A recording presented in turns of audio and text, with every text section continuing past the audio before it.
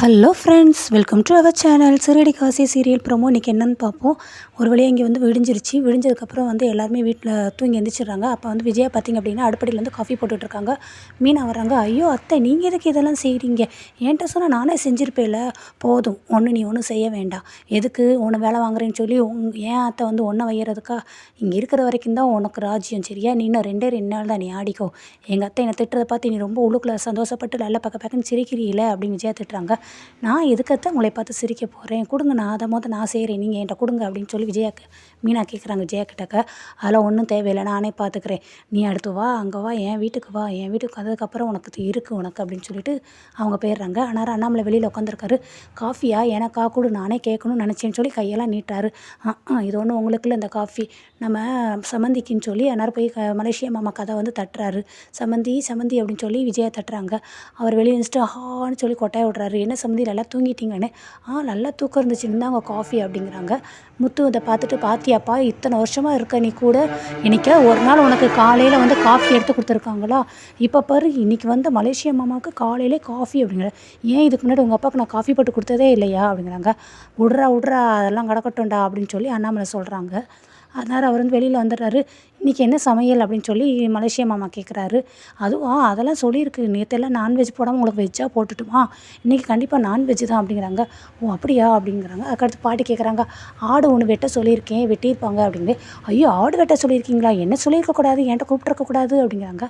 ஏன் நீங்கள் வந்து வெட்ட போகிறீங்களா அப்படின்னு சொல்லி முத்து நக்கலாக கேட்குறாரு. இல்லை, நான் ஆடு வெட்டினதை பார்த்ததே இல்லை, எப்படி வெட்டுறாங்கன்னு பார்க்கலாம்ல, அதுக்காகன்னு. ஓஹோ அப்படிங்கிறாங்க.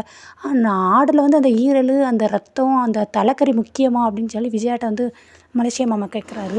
எல்லாத்தையும் சொல்லியாச்சு சம்மந்தி, எல்லாத்தையுமே தனித்தனியாக சமையல் பண்ணிட்டு சொல்லிட்டேன், கண்டிப்பாக அவங்க சமையல் பண்ணி கொடுத்துருவாங்க அப்படின்னு விஜய் சொல்கிறாங்க.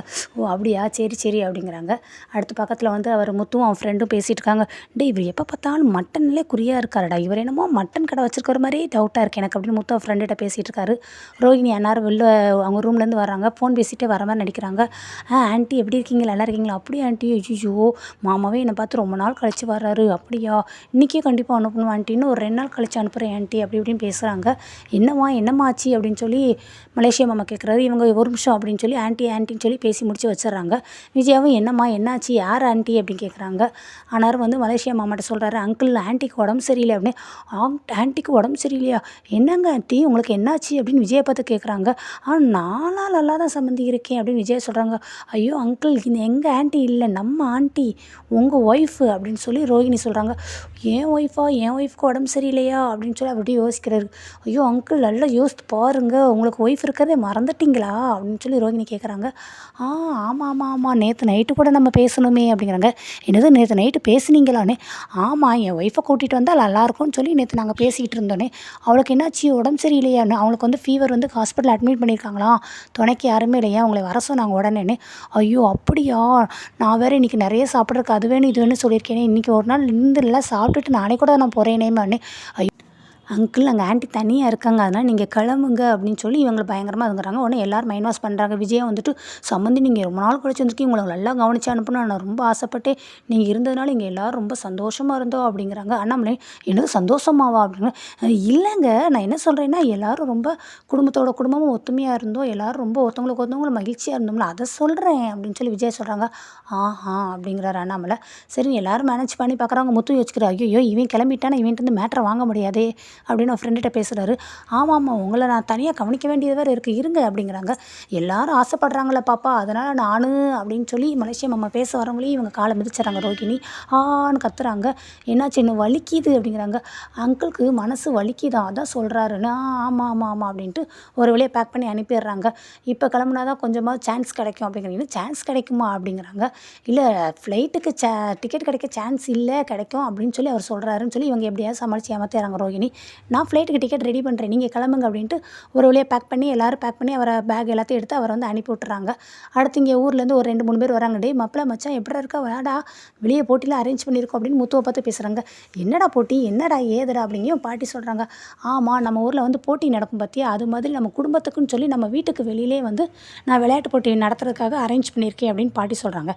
எதுக்குமா உங்களுக்கு தேவையில்லாமல் அந்த செலவு அப்படின்னு அண்ணாமலை கேட்கவும், இருக்கட்டும் நீங்களே வருஷத்துக்கு ஒருக்கா வர்றீங்க, உங்களையெல்லாம் சந்தோஷமாக அனுப்புறேன் அப்புறம் தானே எனக்கு வந்து மகிழ்ச்சியாக இருக்கும் அப்படின்னு சொல்லிங்கிறாங்க.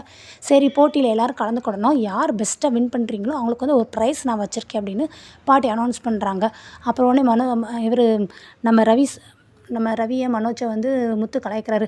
பாட்டி இல்லை தூங்குற போட்டி இருந்துச்சுன்னா சொல்லுங்கள், நம்ம மனோஜ் வந்து நல்லா தூங்குவான், கண்டிப்பாக அவன் ப்ரைஸ் வாங்குவான். ஓடுற போட்டின்னா சொல்லுங்கள், அவங்க 2 பேரும் நல்லா ஓடுவாங்க, ஓடி போய் தானே கல்யாணம் பண்ணிக்கிட்டாங்க அப்படிங்கிறாங்க ஸ்ருதியவும். அண்ணாமலை வந்துட்டு டேய் விடுடா, ஏன்டா எப்போ பார்த்தாலும் அவங்கள சீண்டிக்கிட்டே இருக்க அப்படிங்கிறாங்க. சரி எல்லோரும் போய் போட்டிக்கு ரெடியாகுங்கன்னு சொல்லி எல்லோரும் அவங்கவுங்க ரூம் போயிடுறாங்க. ஆனாலும் வந்து ஃபஸ்ட்டு வந்து ஸ்ருதியும் ரவியும் காட்டுறாங்க. அவங்க 2 பேர் பேசுகிறாங்க. ஏய் ரவி, உங்கள் அண்ணனுக்கு ஒரு வேலையே இல்லையா, எப்போ பார்த்தாலும் நம்மளை டீஸ் பண்ணிக்கிட்டே இருக்காரு. இப்போ கூட பாரு எல்லாருக்கு முன்னாடி நம்ம எப்படி கேவலப்படுத்தி பேசுகிறாரு. அவர் போட்டியில் கண்டிப்பாக வின் பண்ணவே கூடாது, நம்ம தான் கண்டிப்பாக வின் பண்ணணும் அப்படிங்கிறாங்க. விடுப்பா, அவன் வந்து எதுவும் ஒரு ஐடியாவே இல்லாமல் பேசுறியா, விளையாட்டுத்தனமாக பேசுகிறானே. இல்லை அவர் வேணுக்குன்னு பிளான் பண்ணி தான் நம்மளை பேசுகிறாரு இப்படி. ஸோ மீனா வந்து இண்டிவிஜுவலாக எப்படி வின் பண்ணாங்களோ ஓகே, எனக்கு ஒன்றும் பிரச்சனை இல்லை, மீனா மேலே எனக்கு எந்த கோவம் கிடையாது. பட் முத்து வந்து எப்பயுமே வின் பண்ணக்கூடாது, அவரை நம்ம வின் பண்ண விடவே கூடாது அப்படின்னு சொல்லி பேசுகிறாங்க. இதெல்லாம் பாட்டி வெளியில் நின்று கேட்குறாங்க. நெக்ஸ்ட்டு இங்கே வந்து நம்ம மனோஜ் நம்ம ரோகிணியை காட்டுறாங்க. முத்து வந்து எப்போயுமே நம்ம வின் பண்ணவே கூடாது, எப்போ பார்த்தாலும் அந்த முத்து மீனா தான் எல்லா இடத்துலையுமே கௌரவமாக பேசப்படுறாங்க, நம்ம வந்து ரொம்ப மட்டம் தட்டாக பேசுகிறாங்க. ஸோ இந்தவளுடைய போட்டியில் தான் நம்மளுடைய கௌரவமே இருக்குது, கண்டிப்பாக நம்ம 2 பேரும் வின் பண்ணணும் அப்படின்னு இங்கே வந்து ரோகிணி பேசுகிறாங்க.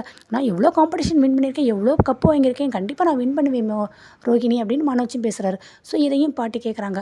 அடுத்து வந்து வெளியில் வந்துடுறாங்க அண்ணாமலையும் விஜயாவும். ஏங்க போட்டி ரொம்ப அவசியமா, நம்ம கண்டிப்பாக போகணுமா அப்படின்னு விஜயா கேட்குறாங்க. ஏன் அம்மா ஏற்பாடு பண்ணியிருக்காங்க நம்மளுடைய பசங்களுக்காகவும் மருமகளுக்காகவும், அவங்க ஜாயின் பண்ணி அவங்க வின் பண்ண போது நம்ம அதெல்லாம் பார்க்க வேண்டாமா, வா விஜய் அப்படிங்க. ஆமாம் அப்படின்னு ஏற்கனவே முத்து வேறு கண்டிப்பாக நிறைய போட்டியில் வின் பண்ணிடுவேன் எப்படியும், மீனாவும் சின்ன வயசில் ஸ்கூல்லலாம் சேர்ந்துருக்கலாமே, நிறைய ப்ரைஸ் வாங்கியிருக்கலாமே. ஆமாம் இல்லாட்டினாலும் அந்த மீனா வின் பண்ணிட்டாலும் அப்படின்னு. ஏன் வின் பண்ண வாய்ப்பு இருக்குன்னு தானே சொல்கிறேன், உனக்கு என்ன அப்படிங்கிறாங்க. அப்படின்னு சொல்லிட்டு அவளும் விஜயாவும் போயிடுறாங்க. இதையும் பாட்டி பேசுகிறத கேட்குறாங்க. அடுத்து வந்து விஜயா, ரோகிணி, அவங்க ரோகிணியோட ஹஸ்பண்ட் மனோஜ், ரவி, ஸ்ருதி எல்லோரும் வெளியே பேசுகிறாங்க. எப்படினாலும் சரி நீங்கள் 2 குடும்பம் தான் கண்டிப்பாக வின் பண்ணணும், அந்த முத்தும் மீனாவும் வின் பண்ணவே கூடாது, நீங்கள் தான் கண்டிப்பாக ப்ரைஸ் வாங்கணும் அப்படின்னு சொல்லி இங்கே விஜயா எல்லாரையும் மோட்டிவேட் பண்ணுறாங்க. ஆண்டி கண்டிப்பாக நாங்கள் தான் வின் பண்ணுவோம், மீனா வின் பண்ண எங்களுக்கு ஒன்றும் பிரச்சனை இல்லை, அதெல்லாம் எனக்கு ஒன்றும் கிடையாது, பட் ஆனால் அந்த முத்து மட்டும் வின் பண்ணவே கூடாது, அவர் ரொம்ப பேசுகிறார் அப்படின்னு ஸ்ருதி பேசுகிறாங்க. இங்கே ரோகிணியை கண்டிப்பாக நாங்கள் வின் பண்ணுவோம் ஆண்டி அப்படிங்கிறாங்க. இதெல்லாம் பாட்டி பேசுகிறாங்க. ஏன் இவங்களாம் இப்படி இருக்காங்க, ஏன் எல்லோரும் முத்து மீனா வந்து ரொம்ப கோபமாக பார்க்குறாங்க, எல்லோரும் அவங்கள மட்டும் ஒதுக்குறாங்களே, இதை சும்மா விடக்கூடாதுன்ட்டு பாட்டி யோசிச்சுட்டே இருக்காங்க. ஆனால் வந்து அண்ணாமலே வராரு. அப்போ வந்து மீனாவும் முத்துவும் வந்து பேசிக்கிட்டு இருக்காங்க. அவங்க 2 பேர் பேசுகிறாங்க. மீனா நம்ம கண்டிப்பாக வின் பண்ணிடுவோமா அப்படின்னு முத்து கேட்குறாரு. யார் வின் பண்ணால் என்ன, எங்கள் குடும்பத்தோட சந்தோஷமாக எல்லோரும் விளையாட போகிறோம், யார் ஜெயிச்சா என்ன, எல்லாம் குடும்பத்தில் இருக்கிற ஆள் தானேங்க, எதுனாலும் பரவாயில்ல, நம்ம எல்லாம் சந்தோஷமாக இருந்தால் சரி அப்படின்னு மீனா சொல்கிறாங்க. ஆமாம் நீங்கள் சொல்கிறது சரிதான், யார் வின் பண்ணால் என்ன அப்படின்னு சொல்லி முத்துவும் பேசுகிறாரு. இதுகளுக்குள்ள பொறுப்பு அக்கறை, இதுகளுக்குள்ள அந்த அன்பு பாசம் வேறு யாருக்குமே இருக்க மாட்டேங்குது, ஆனால் இதுகளை தானே எல்லோரும் ஒதுக்குறாங்க, இதுக்கு நம்ம ஒரு பிளான் பண்ணலாம் அப்படிங்கிறாங்க. அப்போ அண்ணாமலே வந்துடுறாரு. எல்லோரும் வந்துடுறாங்க. அம்மா என்ன பண்ண யோசிச்சுட்டே இருக்கீங்க, வாங்க எல்லோரும் வந்துட்டாங்க அப்படிங்கிறான். சரி இப்போ வந்து நான் என்ன பண்ண போகிறேன், இங்கே இருக்கிற எல்லாரையும் ஒரு 2 டீமை பிரிக்க போகிறேன், அந்த டீமுக்கு தலைவராக அண்ணாமலையும் விஜயாவும் இருப்பாங்கன்னு. என்னது நாங்களா அப்படின்னு சொல்லி விஜய் கேட்குறாங்க. ஆமாம் அப்படிங்கிறாங்க. மூத்த வந்துட்டு அப்போனா நான் தான்ப்பா உன் டீம் போடுவேன், உனக்கு ஆப்போசிட்டெல்லாம் என்னால் விளையாண்டு ஜெயிக்க முடியாதுப்பா, நீ நானும் ஒன் போல் இருந்துட்டு நல்லது தானே, நீ நானும் மீனை நம்ம 3 பேர் ஒரே டீமில் இருப்போம்ப்பா அப்படின்னு முத்து சொல்கிறாரு. அதே போல் விஜய் வந்துட்டு நான் என் மகங்க நாங்கள் எல்லாம் ஒரே டீமில் இருக்கோம் அப்படின்னு சொல்கிறாங்க. ஏன் விஜய் எப்படி பேசுகிற, எல்லோரும் உன் பிள்ளைங்க தானே, 3 பிள்ளைய பெற்றுட்டேன்னு பெருமையாக பேசுகிற, ஆனால் முத்துக்கு மட்டும் உன் பிள்ளைய நீ நினைக்கவே மாட்டேங்கிறிய, மற்ற 2 பேரை தானே உன் பிள்ளைய நினைக்கிற அப்படின்னு சொல்கிறாங்க. அவனும் உன் பிள்ளை தானேன்னு பாட்டி இங்கே வைக்கிறாங்க. விஜயா அது வந்து பாட்டி அப்படிங்கிறாங்க. இவ கிடக்குறம்மா, வாங்க நம்ம போய் விளையாட போகலாம் அப்படின்ட்டு அண்ணாமலை எல்லோரும் கூட்டிகிட்டு போகிறாரு. வெளியில் போகிறாங்க. பானை அங்கே வந்து கயிறில் கட்டியிருக்காங்க. ஸ்ருதி பார்த்துட்டு ரவி இங்கே பாரு, யாரோ பானையை தூக்கி மேலே கட்டி வச்சிருக்காங்க அப்படிங்கிறாங்க. ஐயோ ஸ்ருதி, அது வந்து என்னதுன்னா உரி அடிக்கிறதுன்னு. அப்படியா, இங்கே வந்து கல்லை கொண்டே நான் வேணா அடிச்சிடட்டுமா, அந்த பானையை உடச்சிடட்டுமா அப்படிங்கிறாங்க. ஸ்ருதி அதை வந்து கண்ணை கெட்டி அதுக்கப்புறம் கையில் கம்பு கொடுத்து அடிப்பாங்கன்னு. ஆமாப்பா, நான் கூட நிறைய சீரியலில் பார்த்துருக்கேன் அப்படின்னு சொல்லி சொல்கிறாங்க. ஸோ அடுத்து வந்து நாளைக்கு வந்து இவங்களுக்கு என்ன காம்படிஷன், யார் வின் பண்ண போகிறான் அப்படிங்கிறது தான் நம்மளுக்கு ட்விஸ்ட்டே இருக்குது. ஸோ மறக்காமல் சேனலை தொடர்ந்து பாருங்கள். உங்களுடைய சேனலுக்காக சப்போர்ட் பண்ணுங்கள். தேங்க்யூ.